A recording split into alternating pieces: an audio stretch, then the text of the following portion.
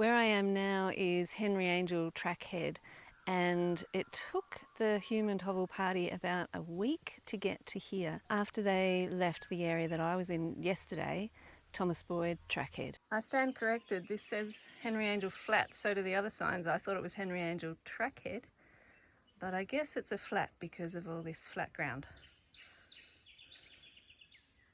Shout out to Pat Angel and Steve Davis, descendants of Henry Angel.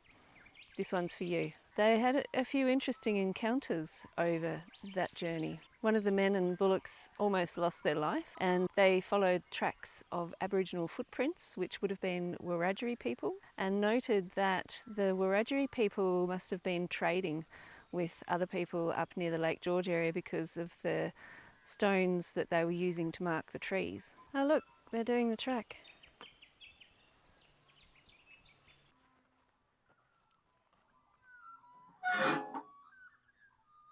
So they're in this general vicinity around the 7th of November on the other side of the creek behind me. On the 4th, he writes, "We have been tormented in the daytime by swarms of little flies, not larger than a flea, but wherever they alight they draw blood, and by large mosquitoes at night."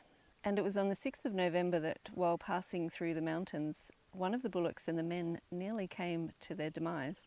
Hovell wrote, "As there appeared to be a break in the mountains south from us, I could perceive mountains, in my opinion much higher than any we had seen yet, extending as far as the eye could reach in that direction.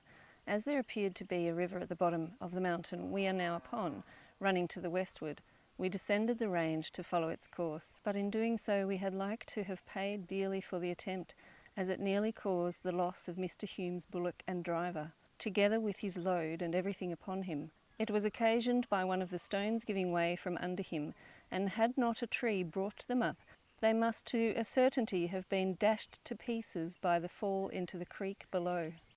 And it was on the 7th that they were around this area, and Hovell wrote that above the sock line and almost to the knee on his legs was almost all one big sore due to the flies and mosquitoes.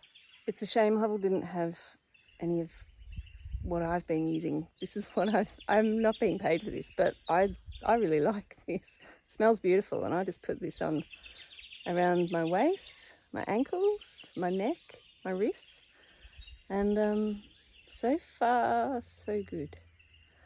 Yeah, they really could have used this on their walk or something similar. So I've just come to Manus campsite, and I've just re-looked at how I've been looking at the map.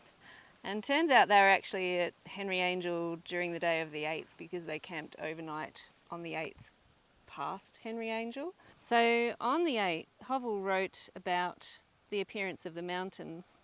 They were following a river. He said, "After breakfast we followed the course of this supposed river, and on arrival at the distance of 5¼ miles it had now formed itself into a large stream." So that would have been the Tumbarumba Creek that I was at Henry Angel.